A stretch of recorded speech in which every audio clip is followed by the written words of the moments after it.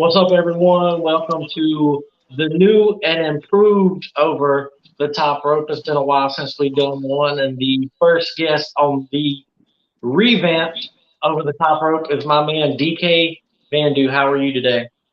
Pretty good, man. What about yourself? I'm good, man. Like I said, when I decided to do the interview, I just wanted to find out if DK stood for Donkey Kong. So is that what it stands for? I keep it a secret what DK stands for now. All right, for now. All right, Okay, okay, it'll be a little I got secret. you. I might, I might, So, I might reveal it. Who knows? Christmas Day, New Year's Eve. It could be Halloween. Who knows? I can reveal what DK stands for. so I guess people are just gonna have to follow you on social media then, so they can Yep. get that little gold nugget. Classic word. Nuggets. Owen Hart. Yep. So let's talk about your training, your background, and how you got started. Oh man. So how I got started? I went to right after I graduated college. I was like a sports management major and a management. I was a double major coming out from college. I was playing 4 years of college tennis, and I always had a plan. Like after I graduate, I'm just gonna go straight to wrestling school. So I was living in Northern Virginia at the time, and the first training spot I wanted to go to is basically, of course, MCW, Maryland Championship Wrestling. All the greats basically came out from there. So that's where I went. That's where I got it started. So I trained there for at least 1 year, and actually make that 2 years. And after 2 years, I moved to Atlanta, and then my coach back in Maryland knew the coach in Atlanta. So basically, a lot of colleagues told me to go train with QT Marshall, as everyone know him from AEW. So I got some reps with him, learned a lot from him, and after that, I'm always putting in the work and still learning and traveling everywhere as I could. I got So you. I would say, yeah, Just work. I would say that my training is still ongoing. You never stop learning. That's what I just want to pass that on to everyone else that's trying to like think of wrestling as a career. Yeah, just never stop learning. Yeah, that's super good advice because uh, more so on the independent scene, you do see wrestlers who you can clearly tell they've got that I don't need to learn anything else mentality. Yeah. Yeah, And one of my trainers be saying that. He said if anyone said that, they should get the fuck out the wrestling business. And I'm like, oh yeah, you're right about that. But yeah, because I think Hangman Adam Page said something along those lines where he doesn't take advice because he doesn't need it, and obviously that caused the whole shitstorm. oh man, yeah, I didn't hear that news yet though. But yeah, that's yeah. Yeah, he was doing a podcast or he was doing an interview somewhere, and someone asked him what advice he gets from the veterans at AEW, and he was just like, "Oh, I don't take advice. I don't need advice from anybody." Oh wow, that is. I mean, I feel like behind the scenes he has some like critiques or advice, but he just I have no idea. I guess the mood he's in. Who knows, man? Yeah, Yeah, he even might. like yeah, it's crazy to hear that kind of stuff from that guy, especially in the top league. Yeah. Yeah, would you consider AEW the number one place to get signed at? I would say that, but actually, my main mission is actually what people are surprised about is I actually want to go to New Japan. It's just the Yeah, culture itself. Yeah, just like the Asian representation, the culture itself, and the art of it. Basically, it's just what the fans is. They just look at it as more an art. It's just beautiful as hell. Yeah, that's the way I look at it. But yeah, yeah, no, that makes sense because I think you got your just weird ass wrestling fans. It's like, oh, WWE is the only thing, or AEW is the only thing that exists. But I mean, to me, New Japan, in my opinion, is better than both. If you really want to boil it down and look at it in a bigger picture. yeah, I agree. Right now, dude, like I would like really get signed anywhere. I'm not picky. I mean, I just love wrestling overall. Like some people are like picky with certain companies, but I'm not really picky of like any company at all. I mean, it gives like entertainment for everyone else. Everyone has different style. Like look back at WCW, ECW, WWF, all that. It's all different. So yeah, As long as somebody pays your booking fees, you're there, huh? yes, that's it. Yep. Maybe give you some food along the way or something. Oh yeah. I'm always a good food late at night might be Applebee's perhaps or Wawa. I mean, I don't have Wawa or Sheets in Atlanta, so whenever I'm at the Carolinas, that's my go-to. The my boy from TSF, I'm sure you know Hunter, Yeah, and yeah. they're not the biggest fan of Bucky's. They're Sheets guys. Where do you stand on that? Honestly, I only had Bucky's one time, but I gotta say, I just had to like experience more of Bucky's. I mean, they have nice stuff. Sheets has options. I don't know. That's me. I grew up in Capitol Hill, Northern Virginia, all up north. We always go for Sheets and everything. So right now, my comfort level is all about Sheets. But I like to try new things. But I think Bucky is catching up to me, especially on the road. I got you. So Yeah, yeah. The closest Bucky we have here in North Carolina is in South Carolina, and we went to Myrtle Beach, I guess, about 2 weeks ago, and we just kept driving. Didn't even give Bucky's a thought. oh, so weird. I mean, just you gotta try new things. I don't know. They're picky though. I don't know. And you're talking about your training, you're branching out, and part of that, I gotta imagine a big part of that is your recent debut on AEW Dark. Yeah, yeah. How was that? Uh, I mean, before I was invited to AEW, I had like a lot of mentor be telling me, "All right, you got 6 weeks until that big opportunity. I want you to cool it on the partying. I want you to cool it on the drinking. I want you to cool it on that shit. You just focus on your diet." So 6 week, I basically focus on in ring stuff, dieting like strictly, and yeah, and then once that AEW happened, and then once it aired, I started getting like noticed by like you know, my basically I'm Cambodian nationality, so basically the country of Cambodia, the Hmm. whole celebrities like was hitting me up, and I'm like, whoa, what? And then all of a sudden, all the rappers and stuff and artists and musicians of that country was hitting me up, and I'm like, wow. And then it started growing and growing. And then like randomly Australia, especially I didn't know there was a Cambodian community in Australia. And they were like DMing me. They were like, mate, you are my motivational mate. I'm like, dang, that's crazy. So yeah, it was pretty dope. Yeah. Wow. Was that? I said that's pretty wild. That is, yeah, because I knew I was just I only did mainly what is it? It's only I was only in the ring for like maybe 20 seconds, but that 20 seconds apparently means something to, you know, my Hmm. folks, especially when it's like Southeast Asian representation. That's kind of rare in those industry, especially when it comes to sports and entertainment. Hmm. It's like super rare. So just that 20 seconds of me, you know, lighting up Alex Reynolds was like something like motivated them in a way to like inspire them. And I'm like, wow, okay, that's crazy. So that motivated me to like even work harder and travel as much as I can, learn as much as I can. So yeah. Yeah, that makes sense. And I tell like I've gotten a lot of flack for it, but I tell people like in wrestling, it takes talent to lose because I mean you essentially have to make your opponent's moves look good. You don't necessarily have to oversell it and like flip out of the ring or something, but you still have to Yeah, at least make your opponent's moves look good. yeah, definitely.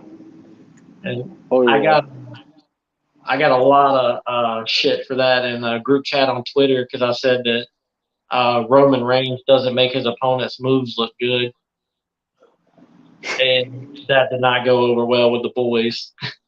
Yeah, you gotta get some mixed reactions, but majority of negative reactions if they're big, that guy fan. Yeah. Yeah, So yeah. what's the plan moving forward? You gonna just do a bunch of more independent shows? Are you gonna take some time off, or what's the big plan Oh going God, forward? no. Taking time off? That's a hell no. Taking time off? No, no, no, no. As soon as I got that all that platform, I'm going like I'm just taking as much booking as I can while, that happened. Especially when you have that platform, you got that connections, you gotta take like a lot of advantage of like, trying to get better. And if you want to get better, you have to basically travel more, learn more, and everything else, and just basically, I would say gain more information on the road. Mhm. Yeah, if you didn't know, I mean, I was training at the LA dojo with Rocky Romero for like 3 days.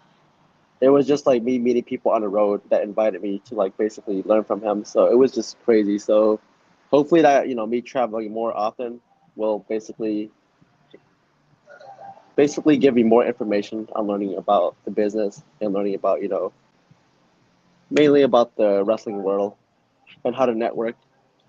I have like good friends that's like helped me, like Cheeseburger, if you know him. I got LSG who's always looking out for me. And if you remember Shaheem Ali back in Ring of Honor, Mhm. he's basically he's just basically back into wrestling, and he's like my biggest mentor. Like I was like blessed that he moved to Atlanta, and he was basically, he took me under his wing. So That's what he said is all about really gaining more information and taking care of yourself. learning a lot on those road trips when you got a car packed full, huh?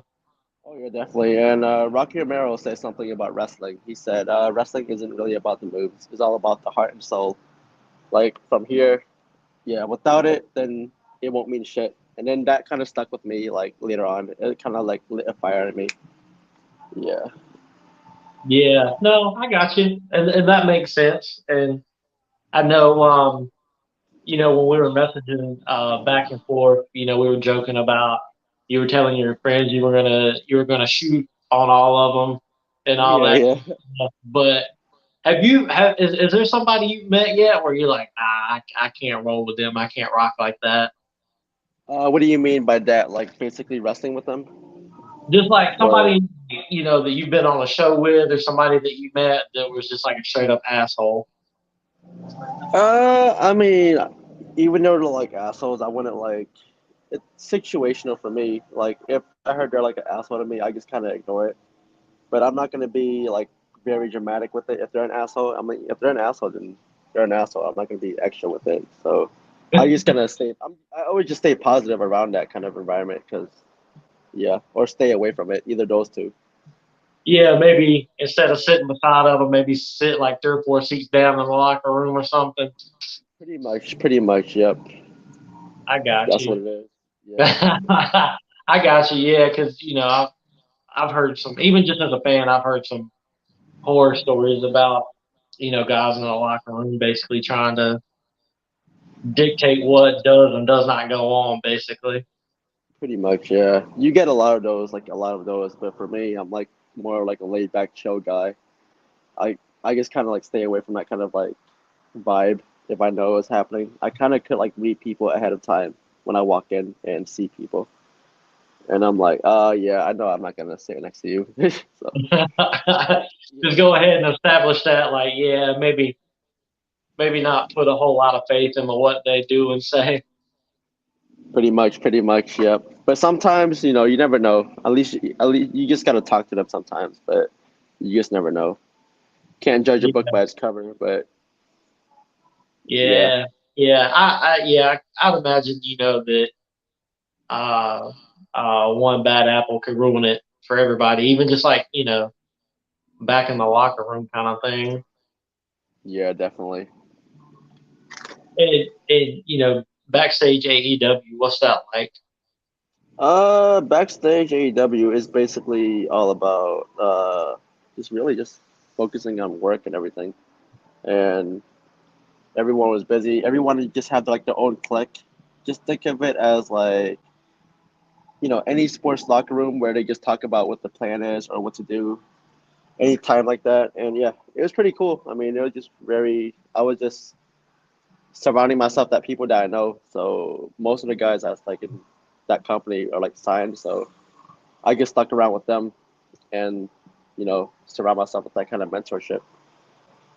I would Did say you it's pretty, Yeah, I was pretty nervous being backstage because I didn't know what's gonna happen. I was thinking about, am I gonna get a match or am I just gonna chill in catering and eat those chicken and rice food? But that was just racing through my mind right now. I'm like, yeah, I've heard a lot of good things about AEW's catering though. Like somebody almost always brings it up when I talk to them that's been on Dark or something like that.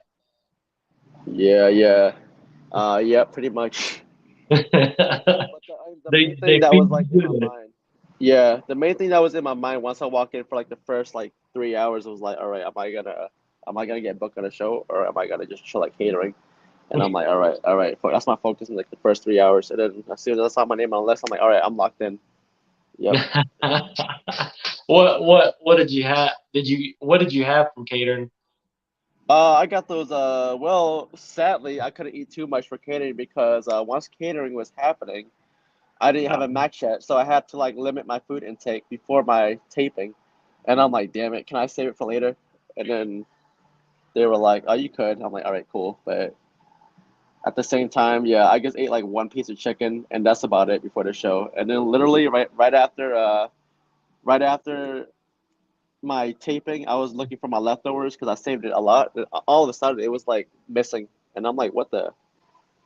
Yeah, I was like, "What the hell?" I'm like, "Where is it? Where's my whole food?" I didn't even want to bother anyone though, but I was like, "Oh, they must have just thrown it away." Yeah, That's rough. yeah. So right after that, I just decided to go to Wawa and get myself a meatball hoagies and those combos chips and also one of those random Gatorade bottles to fill me up. Yep. Yeah. I mean, that's the dinner of champions. It sounds like to me. It is. Yep, late night dinners. Yep, it is the dinner of champions. Wawa hoagies. Yeah, because Yeah. y'all on the road a lot, so y'all hit up the Wawas and the Sheets and the Buckies. Yep. That's the road. That's the whole thing. My number one is sheets. But if Wawa's available, I'll go for it. That's the thing. I'm not What? gonna go to any fast food McDonald's. No, fuck that. I'm just going straight to like at least that I know that people make them like right in front of me. Like I want that fresh. Like I want that hot and ready. Yeah, Yes. and you never know with McDonald's. I might DoorDash it every now and then, but I try to stay away from it because with McDonald's, man, you don't know what you're walking into half the time.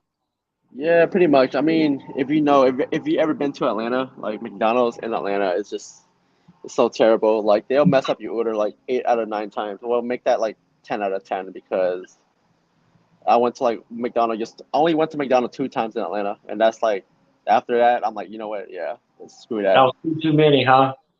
Well, they mess up your order a lot. That's the common thing because they're so like low staff, and then whatever they hear, they just whatever to it.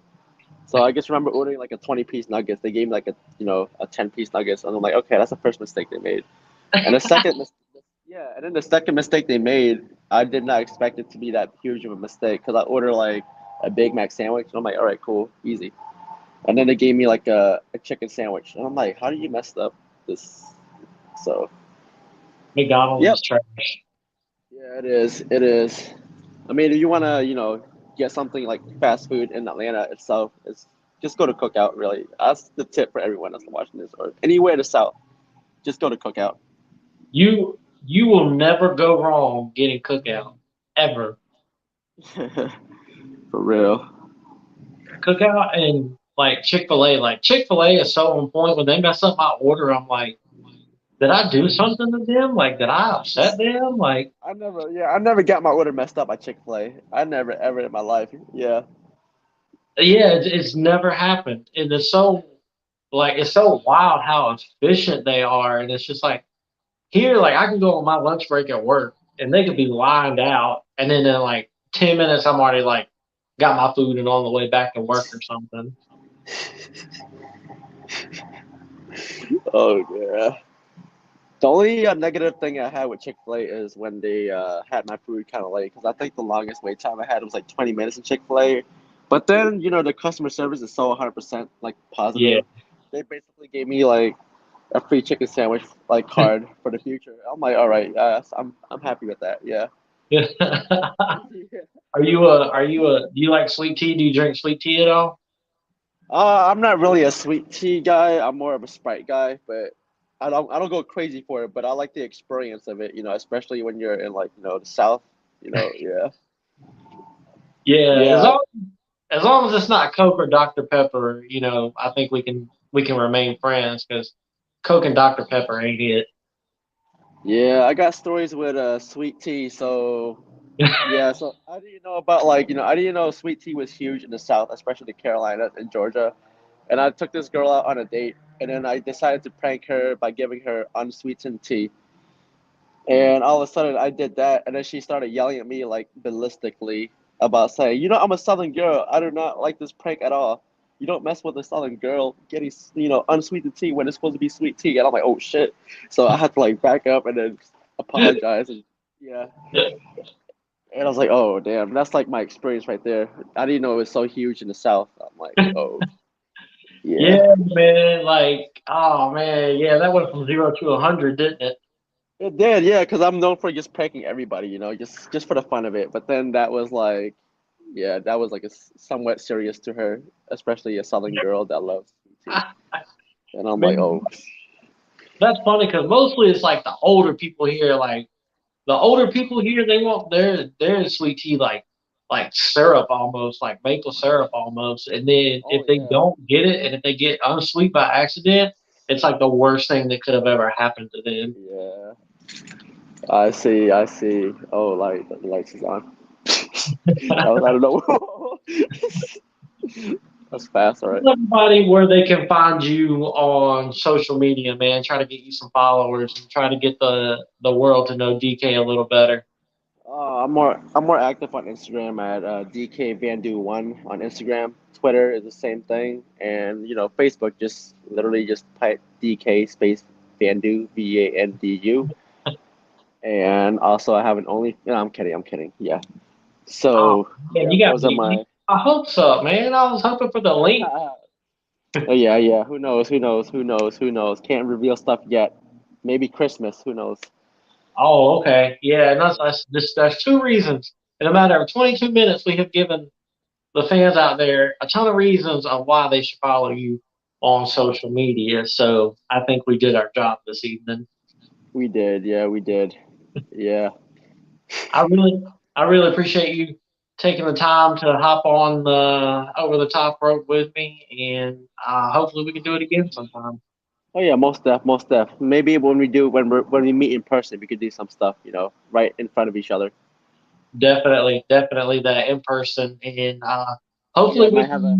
we can get you to the ALW soon. Hopefully, Oh yeah, we'll definitely see. We'll definitely see. Just never know. Just keep watching, keep staying updated. You just never know. see where DK pops up next.